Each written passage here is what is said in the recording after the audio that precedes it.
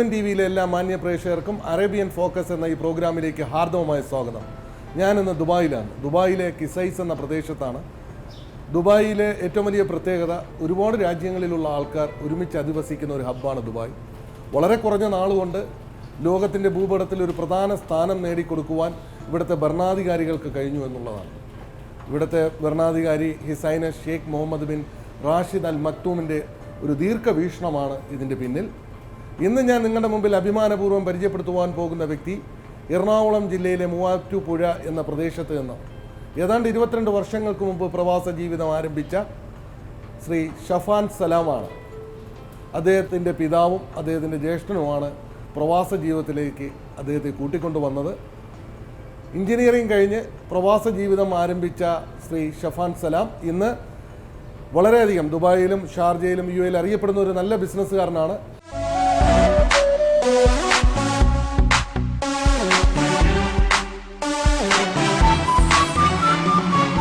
വളരെ സന്തോഷം ഷഫാൻ ഭായ്, ഇങ്ങനെ ഒരു പ്രോഗ്രാമാണ്. കാരണം അറേബ്യൻ ഫോക്കസ് എന്ന് പറഞ്ഞൊരു യാത്രയാണ്. യാത്രയിലൂടെ നമ്മുടെ ജീവിത അനുഭവങ്ങളെ ഷെയർ ചെയ്യുന്നു. പിന്നെ ഈ രാജ്യത്ത് നമുക്ക് യാദർച്ഛികമായി ഒരു ജോലി എന്ന സ്വപ്നമായിട്ട് തന്നെയാണ് ഷഫാൻ ഭായ് ഇവിടെ വരുന്നത്. എല്ലാം ഒരു യാദർച്ഛികമാണ്. ആ നിമിഷവും ഒക്കെ നമുക്ക് ഒന്ന് ചർച്ച ചെയ്യാം. ഈ പ്രോഗ്രാമിലേക്ക് ഒന്നും കൂടി ഹാർദവമായി സ്വാഗതം ചെയ്യുന്നു. Thank you മോനെയും.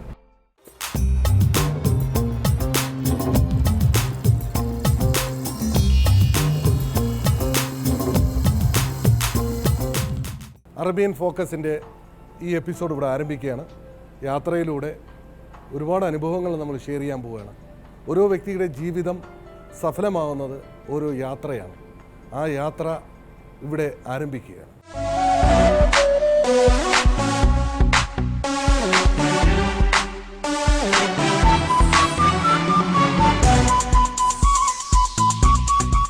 ഇത് കിസൈസ് എന്ന് പറയുന്ന പ്രദേശം. അൽനാദ രണ്ടുണ്ട് അല്ലെ? ഷാർജയിലും ഉണ്ട്, ഒരു അൽനാദയുണ്ട്, ഇവിടെയുണ്ട്. Dubai Al Nahda. Dubai Al Nahda. എറണാകുളത്ത് മൂവാറ്റുപുഴ.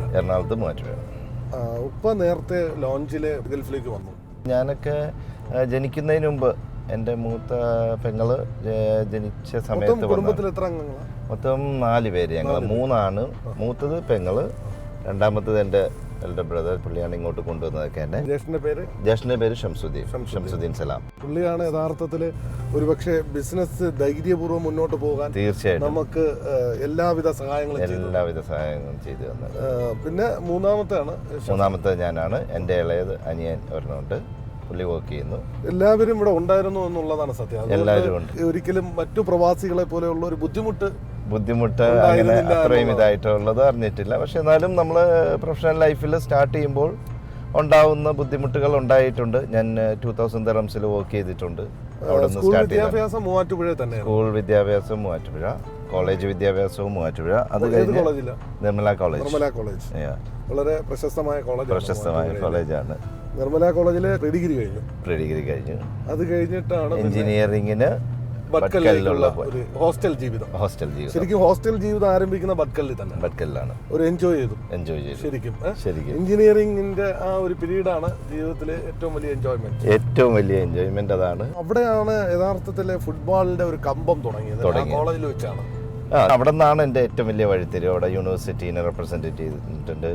അങ്ങനെ അവിടെ നിന്ന് ഫുട്ബോൾ കമ്പം തുടങ്ങി.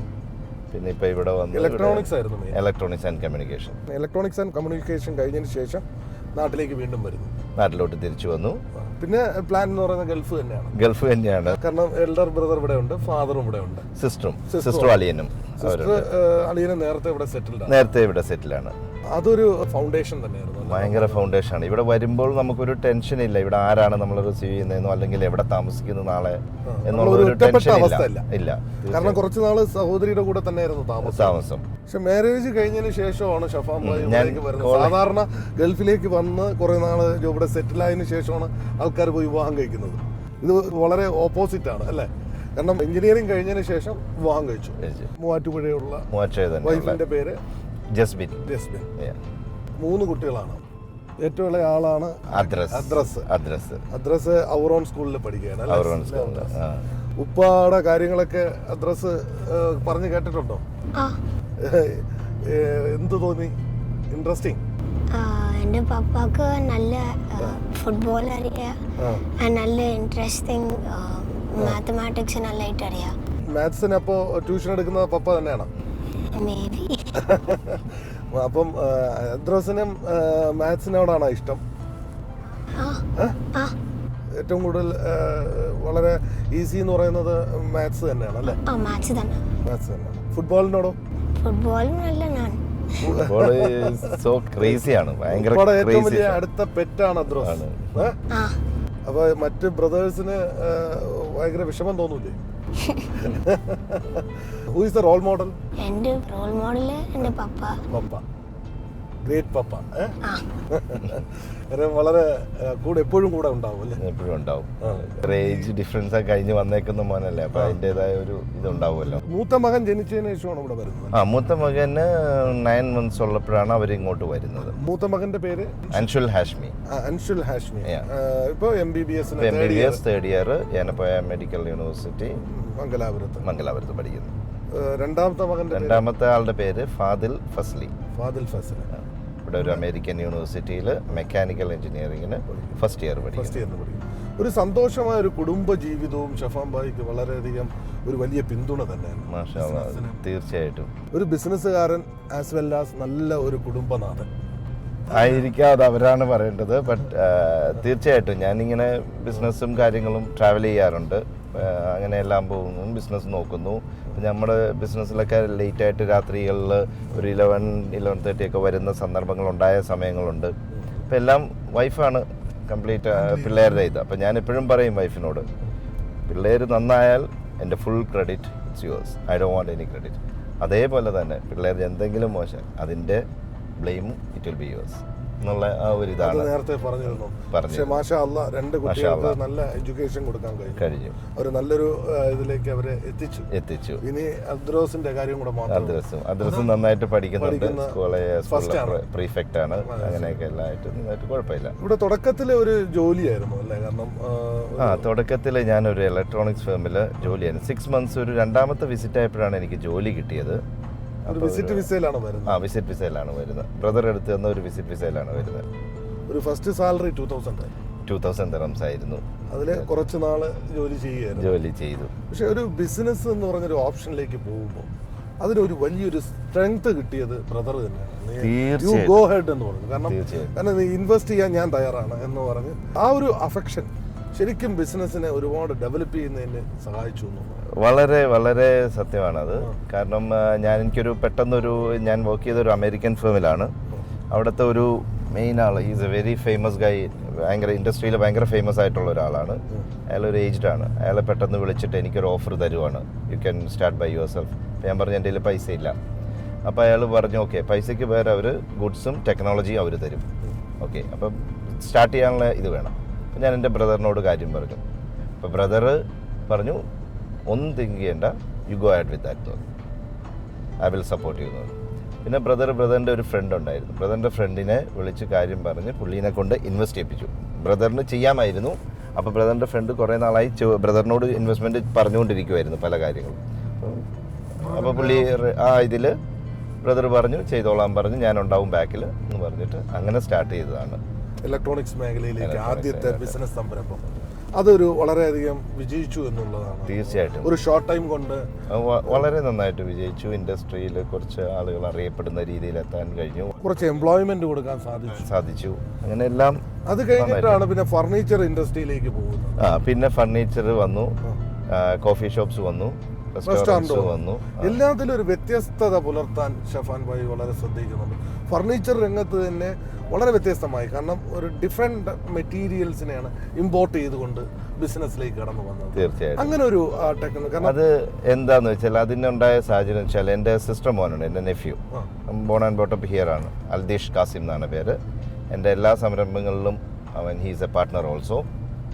അപ്പോൾ അൽദീഷ് ഇതിനകത്ത് വർക്ക് ചെയ്ത് ഒരു 4 years എക്സ്പീരിയൻസ് ഉണ്ടായിരുന്നു ഫർണിച്ചറിൽ. He was worked in Emitac. അപ്പോൾ അങ്ങനത്തെ ഒരു ഹൈ എൻഡ് ഫർണിച്ചേഴ്സിൽ നല്ല എക്സ്പീരിയൻസ് ഉള്ള ആളാണ്. അപ്പോൾ പുള്ളി എൻ്റെ അടുത്ത് വന്നിട്ട് പറഞ്ഞു ഇങ്ങനെ ഒരു ചെറിയതായിട്ട് ബിസിനസ് ചെയ്താൽ കൊള്ളാമെന്ന് ആഗ്രഹമുണ്ട്. ഞാനും അവനും അങ്കിൾ മരുമകൻ എന്നുള്ള രീതിയിലുള്ള ഭയങ്കര ക്ലോസ് ആണ്. അപ്പോൾ അവനൊന്ന് എന്നോട് പറഞ്ഞു. അപ്പോൾ ഞാൻ പറഞ്ഞു റെഡി, നമുക്ക് ചെയ്യാം എന്തായാലും. എനിക്ക് അത്രയും കോൺഫിഡൻ്റ് ആണ് അതിൽ. അങ്ങനെയാണ് നമ്മളത് സ്റ്റാർട്ട് ചെയ്ത്. ഇപ്പോഴും അത് വിജയത്തിൽ കൊണ്ടുപോകുന്നതിൻ്റെ അതിൻ്റെ main credit goes to him.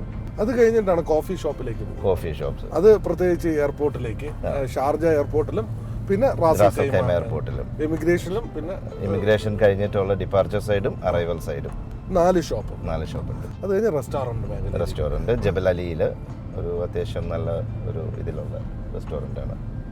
ഒരു ഡിഫറെൻ്റ് ആയിട്ടുള്ള മേഖലയിലേക്ക് എൻട്രി ചെയ്തു, അവിടെ വിജയം കണ്ടെത്താൻ സാധിച്ചു. ഇലക്ട്രോണിക്സ് ആണ് നമ്മൾ പഠിച്ച മേഖല. അവിടെ സക്സസ് ആയതിനു ശേഷം മാത്രമാണ് മറ്റു മേഖലകളിലേക്ക് ഒരു ഡൈവേഴ്സിഫിക്കേഷൻ വേണമെന്നുള്ളത് ഉറപ്പാണ്. കാരണം ഇലക്ട്രോണിക്സ് ആണല്ലോ, ഇലക്ട്രോണിക്സിൽ എപ്പോഴും വരും. അപ്പോൾ അത് കണ്ടുകൊണ്ട് അങ്ങനെ ഓരോ ചാൻസ് വന്നപ്പോൾ തന്നു. ഇതെല്ലാം നമ്മൾ പ്ലാൻ ചെയ്ത പോലെ നടക്കുന്നില്ല, പക്ഷെ എല്ലാം പഠിച്ചോന്റെ ഒരു അനുഗ്രഹം, വേറെ ഒന്നുമില്ല. ആ ഒരു ബ്ലെസ്സിങ് ആണ് നമുക്ക് വിജയിക്കുവാൻ സാധിക്കുന്നത്. തീർച്ചയായും നമ്മുടെ പ്രവൃത്തി സംശുദ്ധമായിരുന്നാൽ അവിടെ നമുക്ക് പൂർണ്ണമായും വിജയിക്കാൻ കഴിയുമെന്നുള്ളത് തന്നെയാണ്. അതിനകത്ത് ഒരു സംശയമില്ല. ഇന്ന് എത്ര എംപ്ലോയീസ് ആണ് നമ്മുടെ ടോട്ടൽ ഇതിൽ 65 ആണ് ഇപ്പോൾ. 65. ആദ്യമായിട്ടൊരു ജോലി എന്ന സ്വപ്നവുമായിട്ടാണ് ഇവിടെ വരുന്നത്. സിസ്റ്ററുണ്ട്, ബ്രദറുണ്ട്, ഫാദറുണ്ട്. എന്നാലും ഒരു ഇൻഡിപെൻഡൻ്റ് ആയിട്ട് ഒരു ജോലി വേണം, അതാണ് എയിം. പക്ഷെ യാദൃച്ഛികമായി ഒരു നിമിത്തം പോലെ ഒരു ബിസിനസ്സുകാരനായി മാറാൻ ഒരു വിധി. ഇന്ന് പക്ഷെ 65 കുടുംബങ്ങളെ സംരക്ഷിക്കാനുള്ള അവകാശം പടച്ച തമ്പുരാൻ നമ്മുടെ കൈ തന്നു.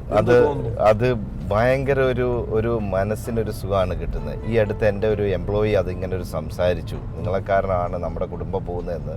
അത് എന്നെ സൂചിപ്പിക്കാൻ പറഞ്ഞതാണെങ്കിലും എന്താണെങ്കിലും അത് കേൾക്കുമ്പോൾ ഉള്ള ഒരു സുഖം, ഈ 65 കുടുംബങ്ങളുടെ പ്രാർത്ഥന, തീർച്ചയായും അതാണ് നമ്മുടെ സ്ട്രെങ്ത് എന്ന് താങ്കൾ വിശ്വസിക്കുന്നുണ്ടോ? തീർച്ചയായിട്ടും ഉണ്ട്, തീർച്ചയായിട്ടും അവരുടെ ഇതുണ്ട്.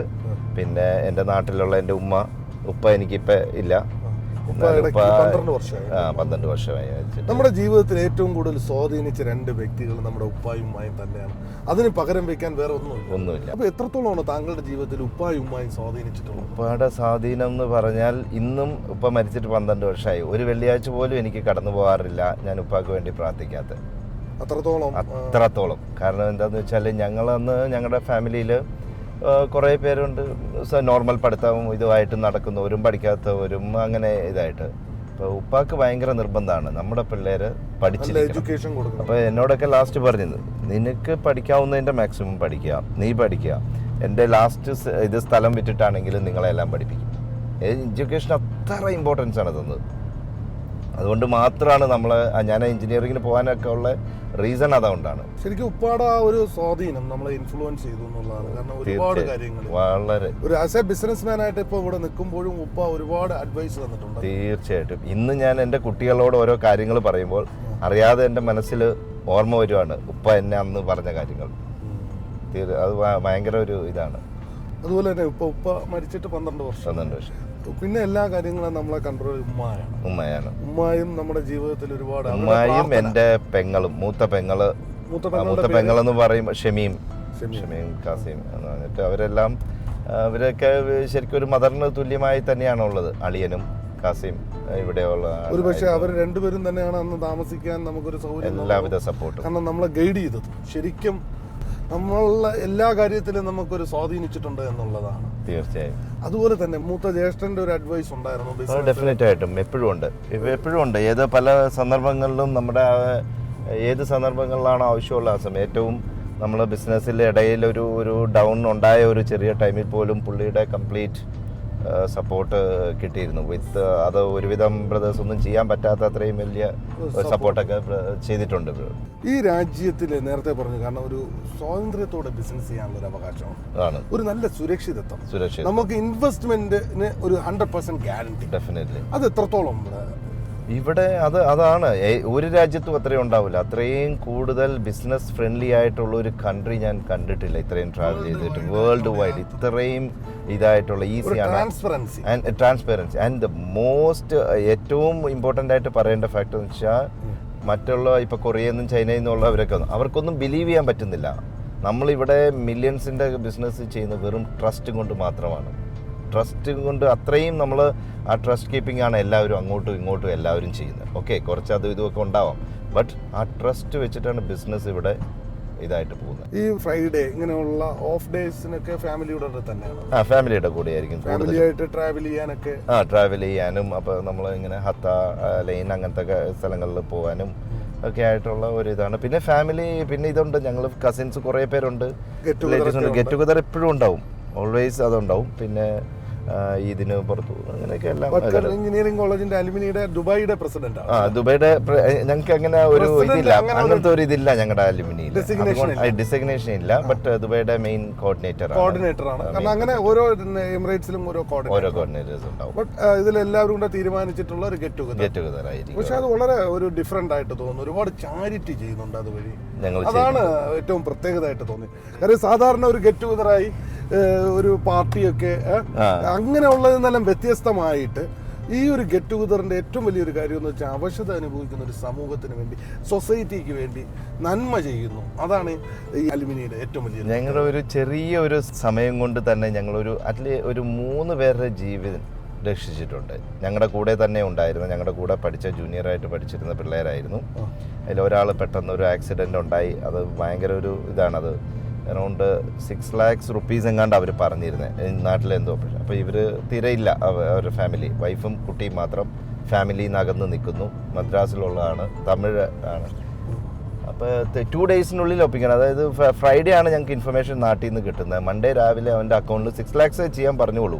ഓൾ ഓവർ ദ വേൾഡ് എല്ലാവരും, US, ഇവിടുന്ന് എല്ലാ UAE എല്ലാം പോയി പൈസ അയച്ചു. അത് മൺഡേ രാവിലെ അക്കൗണ്ടിൽ ചെക്ക് ചെയ്യുമ്പോൾ അവരുടെ അക്കൗണ്ടിൽ അറൗണ്ട് 16 lakhs ഉണ്ടായിരുന്നു.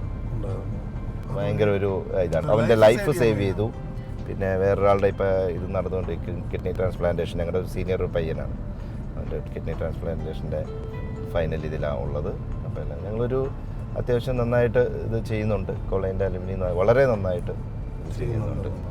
അതൊരു പക്ഷേ നമുക്കൊരു ചാരിറ്റിയും കൂടെ അറ്റാച്ച് ചെയ്യുമ്പോഴത്തേക്കും നമ്മുടെ മനസ്സിനൊരു നല്ല ഒരു സംതൃപ്തി കിട്ടുന്നു. തീർച്ചയായിട്ടും. കാരണം ഒരു നമ്മൾ മാത്രമല്ല, നമുക്ക് ചുറ്റും ഒരു അവശത അനുഭവിക്കുന്ന ഒരു സമൂഹമുണ്ട്. അവരെ നമ്മൾ കാണാതെ പോകുന്നത് ശരിയല്ല എന്നുള്ളതാണ്. അവിടെയാണ് ഹ്യൂമാനിറ്റി എന്ന് പറയുന്നത്. അത് തന്നെ. അതെല്ലാം നമ്മൾ പഠിച്ചത് എവിടെ നിന്നാണ്? ഇവരുടെ ഒരു ഇത്രയും വിശാലമായ ഇവിടുത്തെ അറബ് ഇതിൻ്റെ ജനതയുടെ അവരുടെ ആ ബ്ലഡിൽ അതുണ്ട്, മറ്റുള്ളവരെ സഹായിക്കുക എന്നുള്ളത്. അത് എവിടെ പോയാലും, അത് എത്ര പറഞ്ഞാലും നമുക്കിതല്ല. നമ്മൾ അതൊക്കെ കണ്ട് നമ്മൾ വളർന്നു എന്ന് പറഞ്ഞാൽ, നമ്മൾ നാട്ടിൽ നമ്മുടെ ഉപ്പാനെ കണ്ട് വളർന്നു എന്ന് പറഞ്ഞവരാണ് ഇവരെയും കണ്ട് വളർന്നേക്കുവാണ്.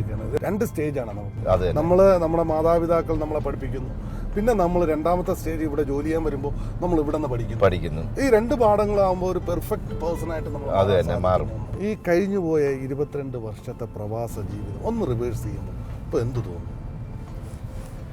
എന്താ പറയുക, ഒരൊറ്റ വാക്കിൽ പറയുകയാണെങ്കിൽ അൽഹംദുലില്ലാ, പടച്ചവനോട് എല്ലാ അനുഗ്രഹത്തിൻ്റെയും പ്രധാന കാരണം പടച്ചവൻ്റെ ആ ബ്ലെസ്സിങ്സ് തന്നെയാണ്. അതാണ് നമ്മുടെ ആ എക്സ്പീരിയൻസ്. നമ്മൾ ഇത്രയും ഇതായിട്ട് ഒന്നുമല്ല, പടച്ചവൻ്റെ ഒരു ബ്ലെസ്സിങ്സ് ഇല്ലെങ്കിൽ നമ്മൾ എന്ത് ചെയ്താലും ഒരിടത്ത് എത്തുകയില്ല. വളരെ ഈസി ആയിട്ട് നടക്കുകയും ചെയ്യും. പടച്ചവൻ്റെ ഇതുണ്ടെങ്കിൽ, വിചാരിച്ചിട്ടുണ്ടെങ്കിൽ വളരെ ഈസി ആയിട്ട് എല്ലാ കാര്യങ്ങളും ഇതായിട്ട് തരും. നമ്മൾ അതിനു വേണ്ടി നമ്മുടെ ഇതായിട്ടുള്ള ഹാർഡ് വർക്ക് ഡെഫിനറ്റ് ആയിട്ടും തരും. കാരണം ഇത്രയും നാളത്തെ പ്രവാസ ജീവിത അനുഭവങ്ങളിൽ നിന്ന് താങ്കൾക്ക് മനസ്സിലാക്കിയ ഏറ്റവും വലിയൊരു മെസ്സേജാണ്. കാരണം നമ്മൾ നമ്മുടെ പ്രവൃത്തി ചെയ്യുക, പടച്ചവനിൽ വിശ്വസിക്കുക, ഹാർഡ് വർക്ക് ചെയ്യുക. അതിന്റെ തീർച്ചയായും അതിന്റെ റിസൾട്ട് നമുക്ക് പോസിറ്റീവായി കിട്ടും. പിന്നെ അതുപോലെ നമ്മൾ പേരൻസിനെ നോക്കണം. അതെ, നമ്മുടെ പ്രവൃത്തികൾ അതാണ്. നമ്മുടെ പ്രവൃത്തികൾ സംശുദ്ധമായിരിക്കണം. അത് തന്നെ. കാരണം നമ്മളെ നന്മ ചെയ്യുക അത് എന്നുള്ളത് തന്നെയാണ്. അത് തന്നെ. തീർച്ചയായും. കാരണം ഈ ഒരു പ്രവാസ ജീവിതം ഇതുവരെ വളരെ സന്തോഷമായ ലൈഫ്.